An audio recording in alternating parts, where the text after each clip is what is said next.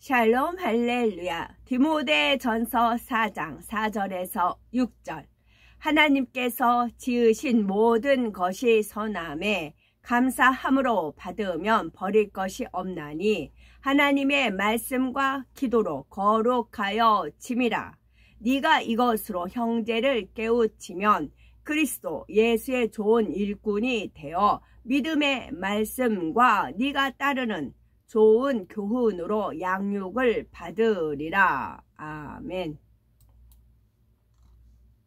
제목은 그리스도 예수의 선한 일꾼 첫 번째입니다. 그리스도 예수의 선한 일꾼이라는 제목으로 성경에 나오는 믿음의 선진들 가운데 애굽의 총리가 되어 하나님 앞에 큰 영광을 돌린 요셉을 통해 주님의 선한 일꾼이 되기 위한 조건들을 살펴보겠습니다. 첫째로 하나님의 일을 이룰 때 중요한 것은 무엇인가 이지요. 인간 경작을 하시는 하나님께서는 이 땅에 그 뜻과 역사를 펼칠 때 하나님의 사람들을 통해 역사해 나가십니다.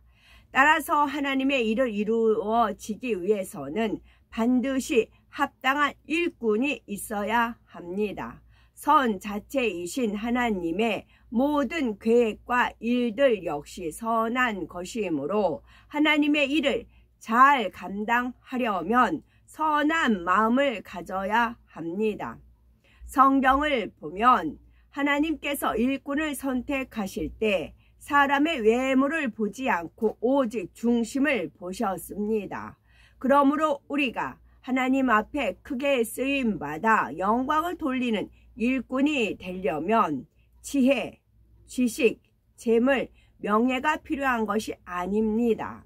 이러한 것들도 있으면 좋겠으나 그보다 더 중요한 것은 하나님을 기쁘시게 할 수 있는 마음의 선을 이루는 것입니다.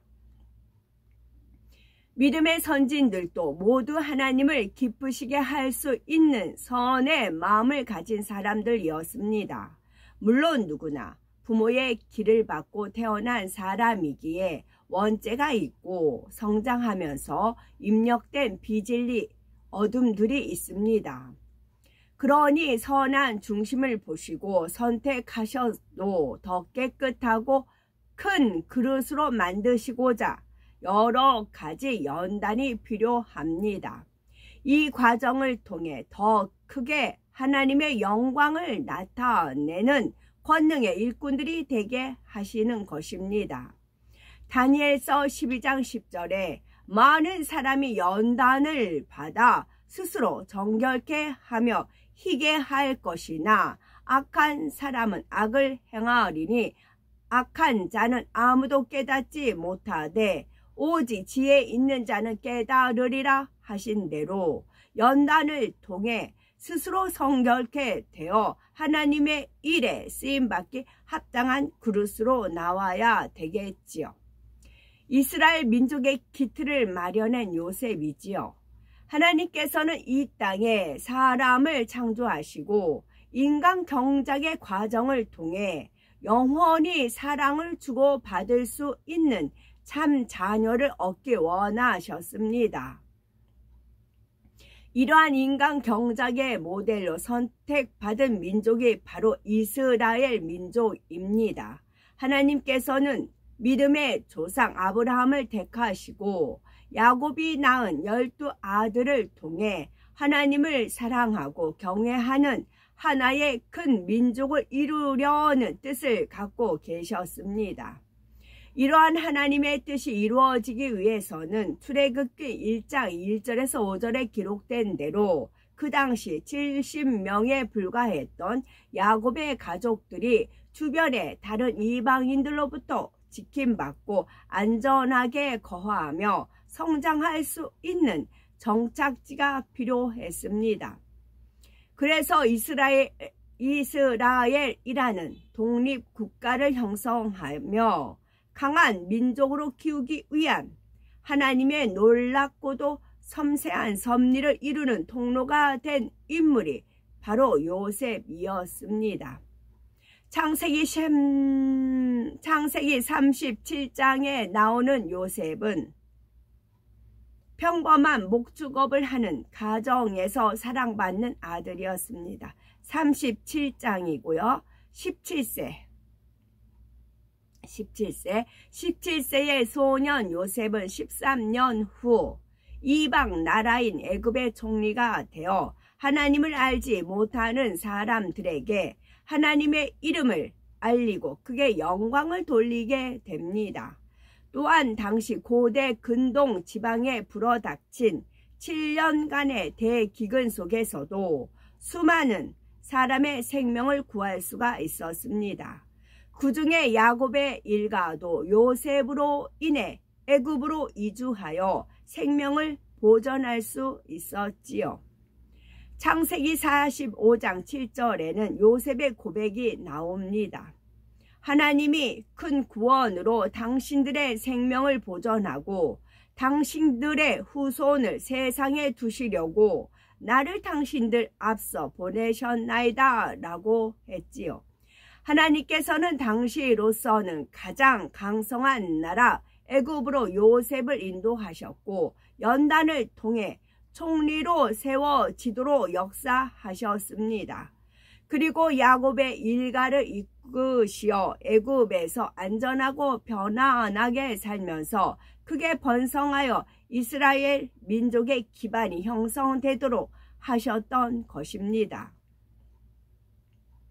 여기서 잠깐 요셉의 상황을 생각해 보겠습니다. 요셉은 명예 권세가 있거나 부유한 가문도 아닌 양치는 자의 아들이었습니다.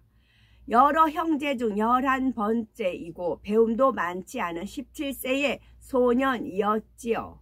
형들의 미움을 받아 애굽의 노예로 팔려갔고 심지어 누명을 쓴 채 감옥에 갇히기까지 엄청난 시련의 연속이었습니다.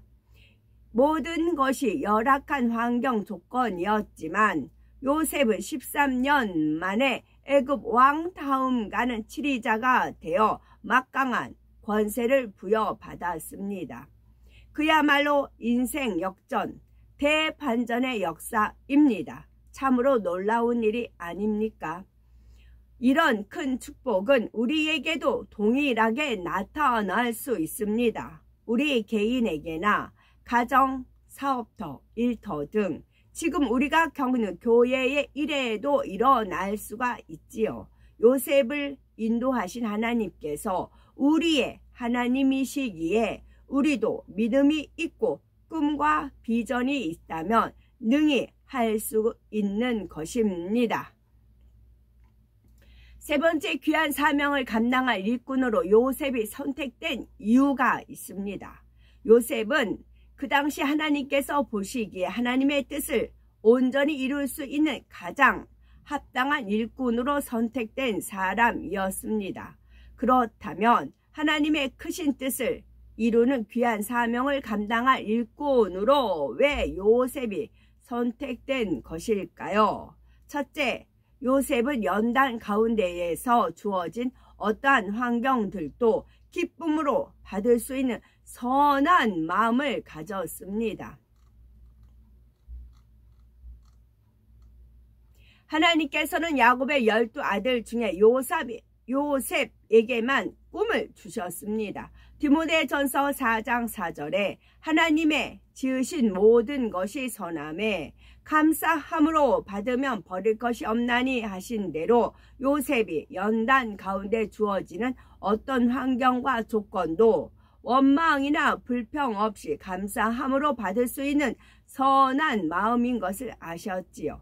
그리고 이를 통해 나중에는 좋은 그릇이 되어 하나님 앞에 큰 영광을 돌릴 것을 아셨으므로 요셉을 선택하셨던 것입니다.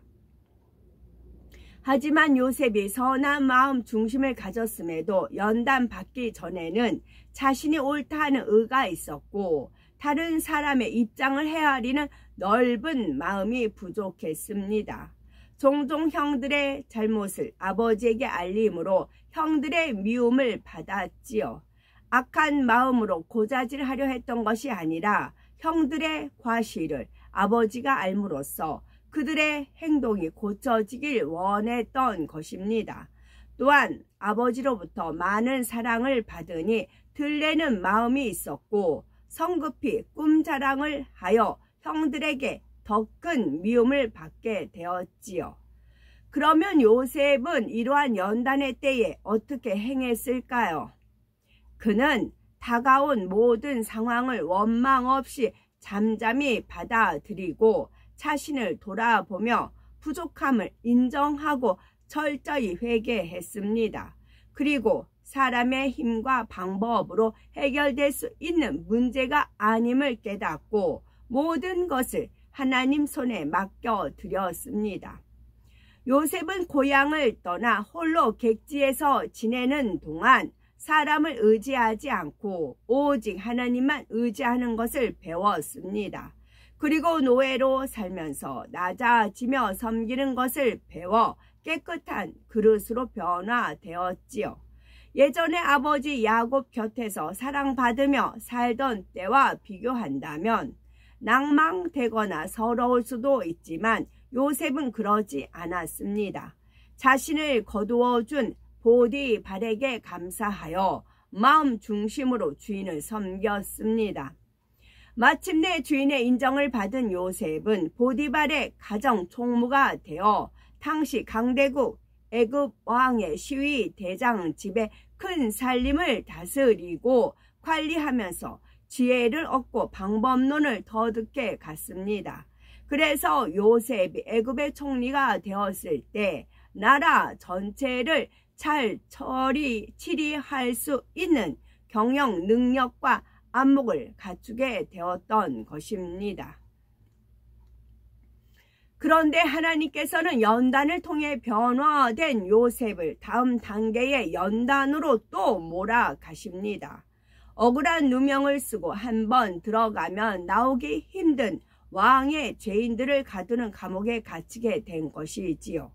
하루아침에 타국의 노예로 팔려갔음에도 불평하지 않고 하나님만 의뢰하여 보디발의 집 총무가 되어 조금 편안해지는가 싶었는데 더 큰 시련이 왔습니다.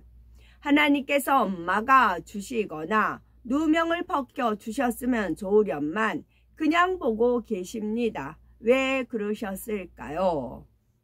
요셉이 단번에 애굽왕 다음가는 지리자인 총리로 세워질 때 부족함이 없는 통치자로 만드는 시간이 필요했던 것입니다. 요셉은 왕의 죄수를 가둔 감옥에서 세상에 대한 안목을 키우고 사람에 대해 분별하는 등 정치적인 자질과 능력을 키울 수가 있었습니다. 또한 감옥에서 이들을 관리하는 책임자로서 희생하고 섬김으로 많은 사람을 품을 수 있는 큰 그릇이 될 수가 있었지요. 물론 하나님께서 이러한 연단을 주지 않고 곧바로 총리로 세우실 수도 있지만 어떤 연단도 없이 곧장 총리로 세워졌다면 다스리고 관리하는 것에 대한 경험이나 지혜가 없는 요셉으로서는 애굽을 제대로 치리할 수 없었을 것입니다. 우리도 신앙생활하는 가운데 때로는 어렵고 힘들게만 여겨지는 환경을 만날 수 있습니다. 하지만 요셉처럼 모든 환경을 감사함으로 받고 오직 하나님을 의지함으로 승리한다면 하나님 앞에 큰 영광을 돌릴 수 있습니다. 전화위복이라는 말이 있지요. 좋지 않은 일이 계기가 되어 오히려 좋은 일이 생김을 이루는 말이지요. 하나님의 역사를 이룬 믿음의 선진들의 삶이 대부분 전화위복이었습니다. 악한 원수 마귀 사단은 선한 사람, 의인들을 공격하며 어렵게 하지만 이를 통해 하나님의 사람은 지극한 선의 사람으로 나오는 것을 볼 수가 있지요. 그리하여 더 큰 믿음으로 나아갈 때 하나님께서 반전으로 역사하시어 더 큰 영광으로 나오게 하십니다. 이사야 55장 8절 9절에 여호와의 말씀에 내 생각은 너희 생각과 다르며 내 길은 너희 길과 달라서 하늘이 땅보다 높음같이 내 길은 너희 길보다 높으며 내 생각은 너희 생각보다 높으니라 말씀하셨습니다. 교회적인 축복의 연단이나 개인의 삶 속에 닥친 연단 중에도 하나님의 계획과 섭리를 찾아 믿음과 선으로 승리하시고 또한 하나님께서 기뻐하시는 그리스도의 선한 일꾼이 되어 귀히 쓰임을 받으며 하나님께 영광 돌려나가는 우리 모두가 되어야 되겠습니다. 아멘.